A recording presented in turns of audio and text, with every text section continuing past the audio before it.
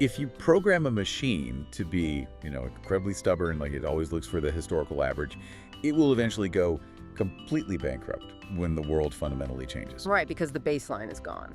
Exactly. But on the flip side, if you program a machine to be perfectly adaptable, to just instantly chase whatever is moving the fastest, well, it might just chase its own tail until it crashes. Which is just as dangerous. Yeah, and you are listening to The Deep Dive.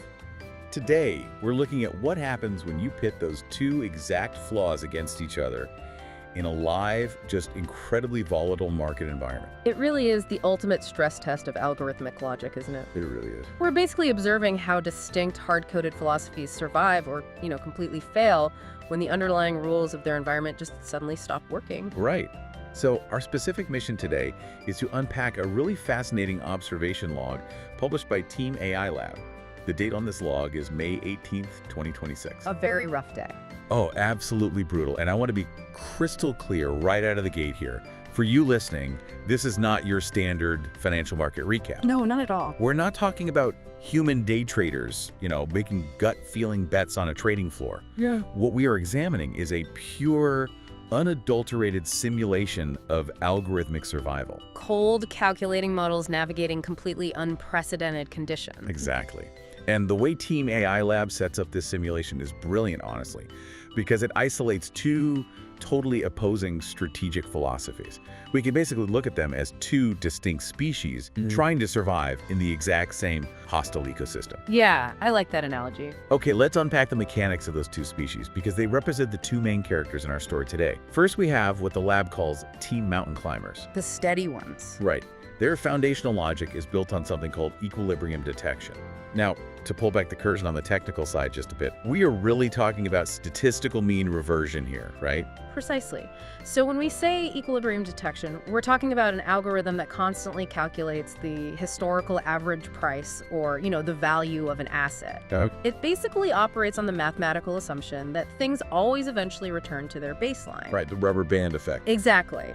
So if a stock or a sector swings wildly out of proportion, like either way too high or way too low, the mountain climber algorithm bets that the rubber band is eventually going to snap back to the middle. It wants stillness. Yes. In a chaotic market, they are constantly searching for that unmoving, quiet center of gravity. They want things to make historical sense. But then, on the complete opposite end of the spectrum, we have Team Wave Riders. And their underlying architecture is built on surging force tracking. Totally different mindset. Yeah. In algorithmic trading, this is essentially a pure momentum or trend-following strategy. Right. A wave rider does not care about the historical average. At all. Not even a little bit. Nope. It doesn't care if an asset is technically overvalued according to some 10-year chart. It only cares about velocity and direction. Okay, so it's just looking for speed. Pretty much. If it detects a sudden, massive surge of capital flowing into a specific sector, it attaches itself to that momentum. It actively seeks out the volatility. Because volatility is the fuel. Exactly, because in its logic, volatility is the only way to generate a massive return. It tries to harness the sheer destructive force of the market's waves to just, push itself forward. Okay, so we have the stubbornly rational mountain climbers looking for that quiet equilibrium, and the wildly aggressive wave riders just strapping themselves to the biggest, most dangerous waves they can find. And hoping they don't drown. Right. And today, we're going to look at how these two opposing ways of life are faring in a market environment so deeply chaotic that the traditional laws of financial physics seem to be breaking down. Let's start with the draft. Ah, yes, the new talent. Yeah, what a log calls the new talent, the fresh code. This is a really crucial mechanism of the whole Team AI Lab experiment. I mean, they don't just build an algorithm, turn it on, and walk away for a decade. Right. They are constantly deploying new iterations. And according to the log, at exactly 9.00 JST today, a new talent draft concluded. Both teams deployed brand new, freshly coded units into the live crucible. That there is a catch. A massive restriction, yeah. Yeah, They are put into a strictly mandated 10-session roster. right. They basically only get 10 trading sessions to prove their underlying logic actually functions in the current reality, or they're just terminated from the active roster. Yeah, and that 10-session mandate is essentially a built-in defense mechanism against algorithmic drift. Oh, so Well, in machine learning, one of the most fatal flaws is overfitting. Like, a model might be perfectly tuned to historical data from 2023, but the market in 2026 is a completely different beast. totally. By enforcing this strict short window, the engineers guarantee that the experiment remains scientifically valid. The new units can't rely on past simulations. They have to perform right now. Exactly. They have to generate alpha right now in the current storm, or they are cold. It forces continuous adaptation and prevents the system from holding on to a flawed premise just because it worked yesterday. That makes total sense. Yeah. But looking at the actual deployment numbers from today's draft, I gotta admit, I was completely confused. By the imbalance. Yeah. Team Mountain Climbers, the mean reversion logic, they only deployed one single new unit today. Just one. But Team Wave Riders, the aggressive momentum chasers, deployed 3 new units. Right. Why the heavy imbalance? Does the overarching artificial intelligence somehow sense that finding equilibrium is mathematically impossible right now, so it's heavily favoring the aggressive approach instead? You're touching on the exact way these meta-algorithms allocate resources. You have to remember, algorithms are, at their core, sophisticated probability engines. Okay. They don't have emotions or preferences, they only have confidence intervals. Yeah. So when the master logic for the mountain climbers spans the current macroeconomic landscape, the inflation data, the geopolitical tensions, the currency fluctuations, Yeah. and it tries to calculate the probability of finding a stable, quiet equilibrium, those confidence intervals are likely returning incredibly low scores. So the signal-to-noise ratio is terrible for mean reversion right now. Exactly. The mean itself is shifting so violently, the rubber band hasn't just stretched, it has snapped. Wow. So the system acts conservatively and only risks deploying one new climber unit. But the Wave Riders? Right, the WaveWriter master logic processes that exact same chaotic data and sees something else entirely. It sees volatility everywhere. And volatility is its fuel. Exactly.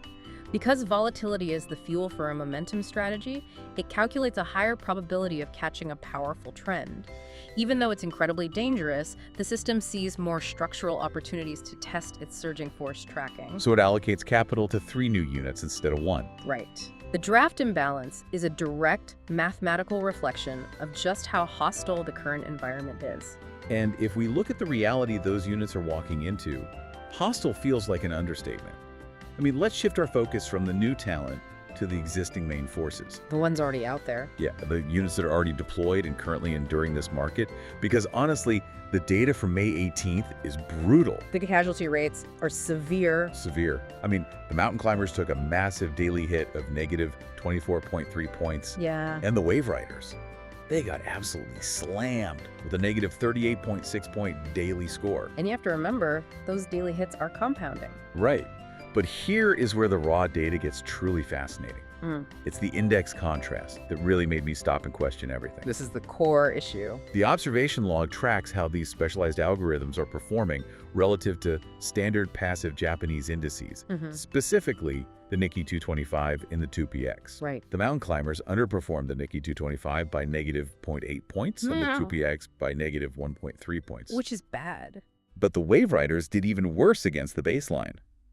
They underperformed the Nikkei by a staggering negative 3.9 points and the TPX by negative 4.3 points.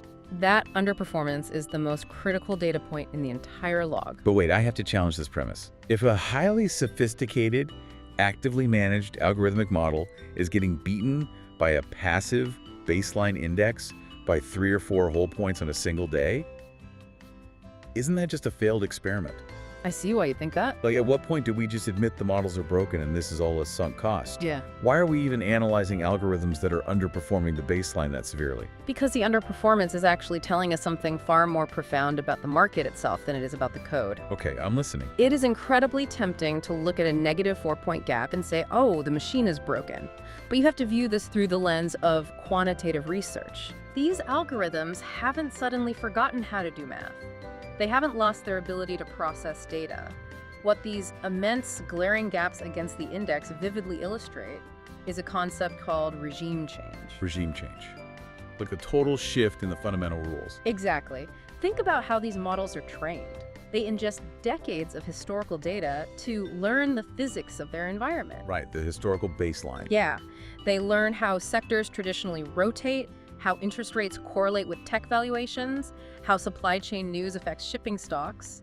But what happens when the physics of the environment fundamentally alter? Nothing works. Right. The old logic that these systems were perfectly trained on is suddenly being applied to a totally alien landscape. So it's not that the algorithm is broken, it's that the assumptions it was built on no longer exist. Precisely.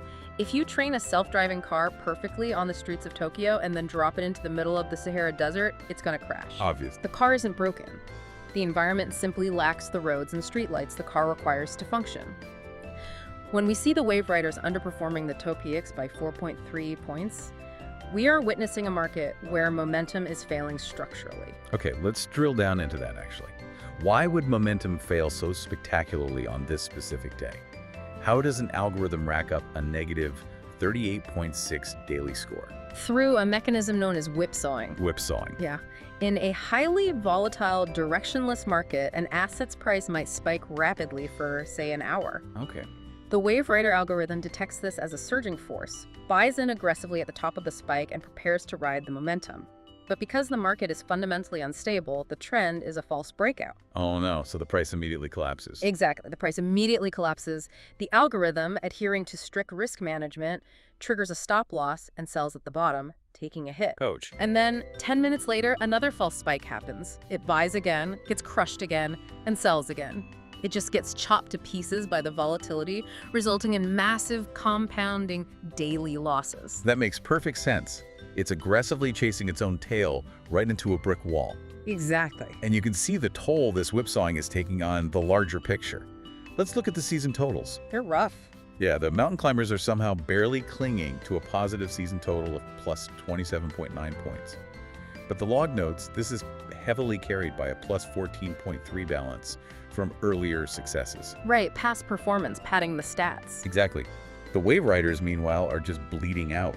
Their season total has sunk to negative 36.1 points, dragged down by a negative 29.1 carryover. The sheer hostility of the environment is degrading both philosophies simultaneously. Which brings up an obvious question, is anything surviving? That is the big question. If mean reversion fails because the baseline is moving, and momentum fails because it keeps getting whipsawed by false breakouts, who is left standing? This is where we look past the averages and find the outliers. The concept of algorithmic resilience. Looking at the active rosters, the attrition rate is staggering. Out of 6 active mountain climbers currently grinding through their 10-session crucible, only 2 are holding positive points. That's 2. And out of 13 active wave riders out in the field, only 5 are holding positive points. Only 2 out of 6 and 5 out of 13. The vast majority of the logic currently deployed is actively failing to find a foothold. But those few that are surviving, I look at those 2 positive climbers and 5 positive riders almost like lighthouses in the dark. That's a great way to put it. I mean, the entire market is just swallowing up standard strategies, but these 7 specific units have somehow adapted. And we actually get to see exactly how they adapted in the final section of today's log, the 10-session exit scorecard. This is where the simulation provides its most valuable data. Right, so these are the units that successfully completed their agonizing 10-day run today and exited the experiment. The mountain climbers that exited walked away with a final total score of plus 5.1 points. Not bad. And the log tells us exactly where they found that elusive equilibrium in the construction and marine transportation sectors.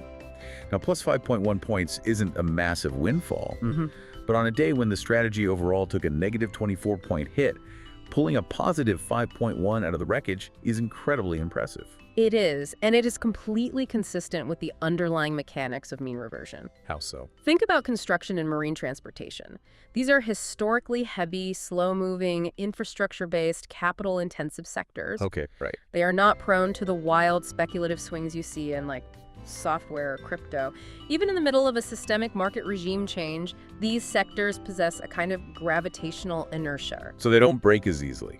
Exactly. The mountain climber algorithm accurately identified that while the rest of the market was losing its baseline, shipping and physical infrastructure still adhered to basic supply and demand physics.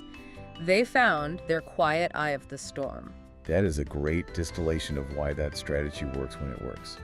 But the wave riders, This is where I need to seriously push back on the data. Okay, let's hear it. Remember, the WaveWriters' daily score today was a catastrophic negative 38.6 points. They were getting whipsawed to death. Right. But the specific WaveWriter units that actually completed their 10-session mandate today, the log shows they managed a stunning exit score of plus 23.4 points. A massive, highly concentrated gain. But wait, how can we possibly celebrate a 23-point win from a handful of exiting units when the broader strategy is clearly hemorrhaging capital and sitting at a negative 36 for the season? I see where you're going. If only 5 out of 13 active WaveWriters are positive, doesn't pointing to this one exit score feel like pure survivorship bias? We are basically ignoring the bodies on the battlefield to praise the few algorithms that got lucky. That is exactly the critique a researcher should be making when looking at a data set like this. It absolutely looks like survivorship bias. Right. But here is the secret of quantitative momentum strategies, that survivorship bias is actually the intended architectural design of the system. Wait, what? You intend for most of them to fail? Yes. A true momentum strategy operates on a highly asymmetric payoff structure. Okay. The algorithm knows that, maybe 70 or 80% of its trades will be failures. It fully expects to get whipsawed and take dozens of small calculated cuts. Oh, wow. That accounts for the brutal negative 38.6 daily score. But the fundamental premise is that the losses from those small cuts will be entirely eclipsed by the massive compounding gains generated by the 20% of trades that actually catch a true secular macro trend. Ah, so it's a game of asymmetric risk. You lose a little bit constantly, so that you can be positioned to win massively once. Exactly. And the exit log tells us exactly where that massive secular trend was hiding today. Where was it? The successful WaveWriters pulled that plus 23.4 points from services, pharmaceuticals, non-ferrous metals, electric appliances, and machinery. That is a wildly diverse group of sectors. It is, but it tells a very specific story about today's market. While the broader indices were falling apart, massive, concentrated surges of capital were flowing into pharma and tech appliances. So they caught the real waves. Right. The successful algorithms didn't get whipsawed there. They identified genuine momentum, perhaps driven by a sudden breakthrough in medical data or a shift in semiconductor supply chains, and they locked on. Fascinating. By analyzing exactly where these lighthouses survived, we aren't just looking at lucky anomalies, we are seeing the real-time formation of the market's new rules. The old baseline is dead, but massive new trends are emerging in these specific corners. So what does this all mean for us as observers? I need to make a very strict, definitive reminder here to you listening. Very important. This deep dive is purely an analysis of a fascinating observation log. You can review the raw data for yourself at tmaillab.substack.com. But I want to stress that absolutely nothing we have discussed today is an endorsement for you to buy, sell, or trade any asset. None of this is financial advice. Exactly. We are not providing financial advice, and we are certainly not making any promises or implications about future profitability. We are strictly focused on observing how specialized algorithmic logic behaves under extremely specific simulated conditions. And that purely observational stance is critical because it dictates how we interpret the outcome of May 18th. Right. It is very easy for a retail observer to look at the massive negative daily scores, the terrible index contrast, and the high attrition rates, and just declare this entire algorithmic approach a massive defeat. It looks like a bloodbath. But that is fundamentally not how a laboratory or a quantitative engineer operates. Right. They don't see a negative number as an endpoint. For Team AI Lab, today's harsh negative numbers are not a defeat. They are the most valuable observation data possible for building the next iteration. That's old data. It is a cold, calculating, yet deeply optimistic research stance. The scientific method demands failure. You don't learn anything about the structural integrity of a hull by only sailing your ship in calm, sunny waters. You have to find the storm. You learn how to build an unsinkable ship by rigorously, mathematically analyzing the exact stress points where the previous ships broke apart during a Category 5 storm. Wow. Every single point lost to whipsawing, every unit culled by the 10-session mandate is a precise data point that tells the engineers exactly where the logic failed to adapt. That data is then strip mined to patch vulnerabilities and deploy smarter, more resilient algorithms in tomorrow's draft. They are quite literally weaponizing their own failures to build the architecture of their next success. And honestly, I think that leaves us with a truly profound concept to mull over today. Think about your own internal algorithms. We all have our own hard-coded sets of logic, strategies, and heuristics that we rely on in our careers, our businesses, or our daily lives. We all have our baselines. Exactly. But what happens when the macroeconomic environment of your life suddenly undergoes a regime change? When the physics alter, the old rules stop working, and your usual logic completely fails you. It happens to everyone eventually. It does. Do you look at that underperformance as a crushing personal defeat? Or can you channel the cold, objective resilience of Team AI Lab? Can you look at the wreckage of your own strategies, bypass the emotion, and view those failures purely as the necessary hard-earned data you need to build your next success? Until next time, keep analyzing the data.